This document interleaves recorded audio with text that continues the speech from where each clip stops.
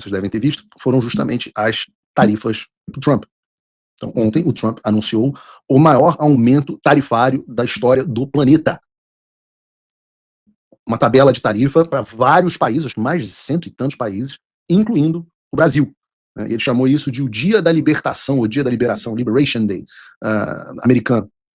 E para o Brasil, como é que o Brasil, né? Então, aquela história, né? Em chuva de pica, você pega a menor e enfia logo para ocupar o espaço. O Brasil pegou uma piquinha de 10%, de tarifas. A ideia eram tarifas recíprocas. E eu suspeito, né? Então, ainda que a tarifa recíproca? O Trump botou uma tabelinha, botou assim: o país tarifa a gente em tanto, a gente vai tarifar reciprocamente em tanto. Então, botou a tabelinha.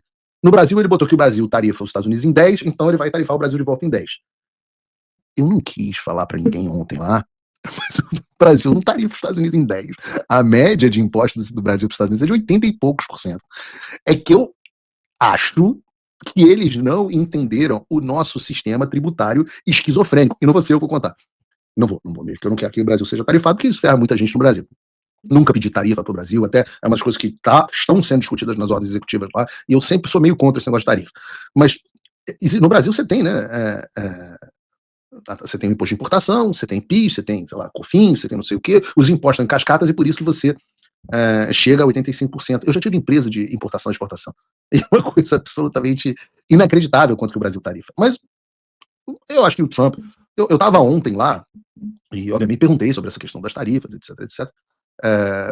E perguntei a respeito desse assunto. Né? E aqui entre nós, a situação do Brasil, que o Brasil, do ponto de vista tarifário, não é muito importante para os Estados Unidos. Mas bota o vídeo aí do Trump, Bruno, falando sobre isso. Se você olhar para a Suíça, 61% a 31%. Indonésia, Malásia, Camboja.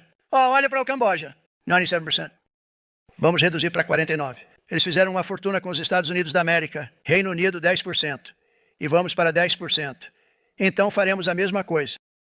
África do Sul, 60%, 30%, e eles têm algumas coisas ruins acontecendo na África do Sul. Você sabe, nós estamos pagando a eles bilhões de dólares por semana. Corte o financiamento porque muitas coisas ruins estão acontecendo na África do Sul. A mídia falsa deveria estar olhando para isso. Eles não querem relatar isso. Brasil, 10%, 10%. Bangladesh está em 74%. Então você vê o que está acontecendo? Paquistão, 58%. Veja só. China, por exemplo, né? A gente consegue. Tem a gente na tabelinha também?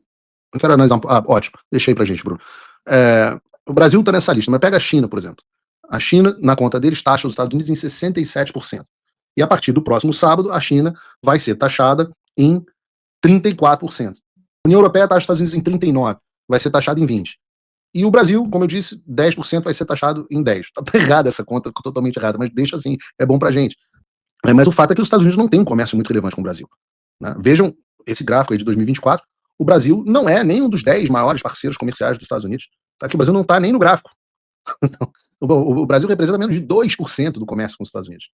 E, além disso, é uma balança comercial equilibrada. E os americanos, na verdade, têm um superávit pequenininho de 7 bilhões de dólares em favor deles em 2024. Então, é por isso que ele está falando, ele olhou os maiores déficits dos Estados Unidos. Né? E aí eu estava vendo, agora há pouco, não estava vendo a Globo News, porque eu não vou mentir para você dizendo que eu vejo a Globo News, mas eu sigo o Globo News no X, e eu estava vendo o Guga Chakra dizendo exatamente isso aqui. Tarifas impostas por Trump foram feitas de maneira amadora. Isso assusta. Não é que é um plano de governo bem elaborado, é amador. E isso, claro, gera esse temor no futuro do comércio global. Os Estados Unidos perdendo respeito. Você é burro? Que coisa absurda. Tadinho do Guga. Vou até mandar esse corte pro Guga, porque explicar. Isso é o oposto de um plano amador. Isso é algo que o Scott Bessent discute. Procurem aí tudo que o Scott Bessent já escreveu a esse respeito há muito tempo. E eu fico meio abismado, porque eu considero o Guga um cara honesto. Pode nem sempre ter as melhores análises, vamos dizer assim, mas eu considero ele um cara honesto. Eu acho que ele não sabe qual é o plano. E eu acho que ele não sabe qual é o plano, porque não sai na CNN, não sai no New York Times, e, consequentemente, a grande mídia do Brasil não vi um veículo explicando. Todos eles como se o Trump estivesse agindo de improviso, de pirraça. Então, deixa eu dizer para vocês aqui, eu vou explicar. De vez em quando eu lembro que eu sou economista. Tudo isso é parte exatamente de um plano de reindustrialização dos Estados Unidos, que traz o mundo inteiro para sentar na mesa de negociações com os Estados Unidos. A Europa não aguenta uma tarifa desse tamanho. A economia europeia não aguenta. A economia americana representa 40% do consumo global, ou pelo menos 25% do PIB global. 40% do consumo, mas 25% do PIB. Então, existe uma situação muito desequilibrada hoje. Você pega a Austrália, né? A Austrália criou uma série de proibições de importação da carne bovina americana. Aí a União Europeia, desde 97, impede e proíbe a importação, né, ou exportação para eles, de carne de ave dos Estados Unidos. O Japão taxa o arroz americano absurdamente. E aí você pega qual é a tarifa dos produtos dos Estados Unidos aos produtos desses países. Nada, praticamente nada. Então, o que eu estou querendo dizer? O mundo inteiro cobra muito caro para as empresas americanas exportarem para esses países, e os Estados Unidos deixam que o mundo inteiro exporte para si, que é correto do ponto de vista do liberalismo econômico. Mas não é justo quando não há contrapartida. Então, no final das contas, pensa que você tem uma fábrica. Você quer fabricar uma canequinha escrita Make America Great Again. Você tem duas opções. Ou você constrói a sua fábrica dentro dos Estados Unidos, e eu já vou explicar quais são os outros problemas disso, e se você quiser exportar esse produto para a Europa, você vai pagar 40% de imposto, digamos assim. A sua canequinha, que você custou $1 para produzir, você vai chegar na Europa por 1,40. Ou pense na situação oposta. Você vai pegar essa canequinha e vai produzir ela na Europa. E quando você quiser vender para a Europa, você não vai pagar nada. E quando você quiser vender para os Estados Unidos, você também não vai pagar nada. E ela vai chegar a $1 em vez de 1,40. Aonde você fará a sua fábrica? Exato. Fora dos Estados Unidos. Compensa, então, você... Óbvio que a Europa não é o principal lugar. Então, no final das contas, compensa muito mais você produzir na China e no Vietnã e vender nos Estados Unidos com as tarifas baixas do que produzir nos Estados Unidos e vender para a China com tarifas altas.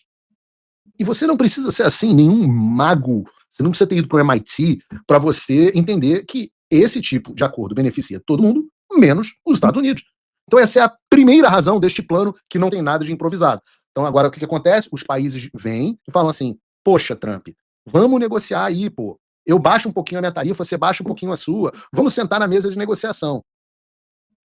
Qual é a consequência disso? Em vários desses países você vai encontrar uma redução das tarifas e as indústrias americanas vão se tornar mais competitivas. E mais indústrias vêm para cá, para os Estados Unidos. E eu já vou explicar a segunda razão.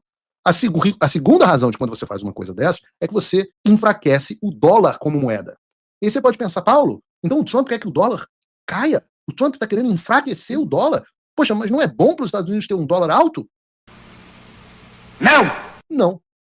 Porque, veja, como os Estados Unidos têm a moeda que é utilizada no comércio global inteiro, todo mundo utiliza o dólar. Quanto mais comércio, mais demanda por dólar. Quanto mais demanda por dólar, quando sobe a demanda de alguma coisa, o que acontece com o preço dessa coisa? Sobe. Então, quanto mais comércio global, mais a moeda de comércio global, no caso o dólar, aumenta em relação às outras moedas do mundo. E a reserva dos outros países também aumenta, enquanto os Estados Unidos vão tendo déficits comerciais eternos.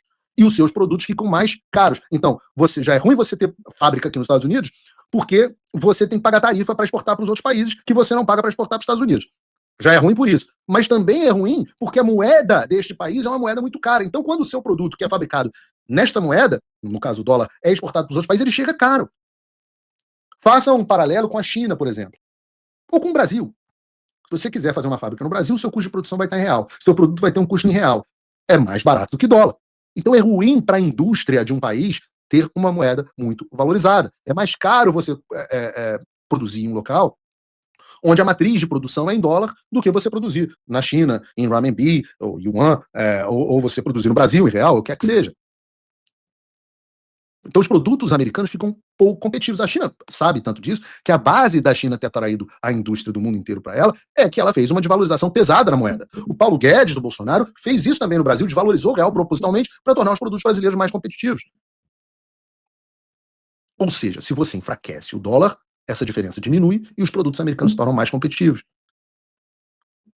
Então vocês entendam, é parte de um plano de reindustrialização dos Estados Unidos. Agora você pegue isso e some ao resto do plano, porque as tarifas fazem parte de um plano, nada improvisado, Guga, mas um plano integrado.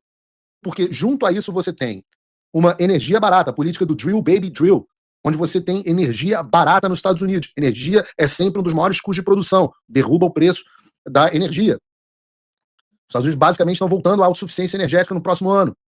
Segundo, você tira uma série de legislações ambientais fajutas, burocracias e regulações que foram colocadas pelo Biden.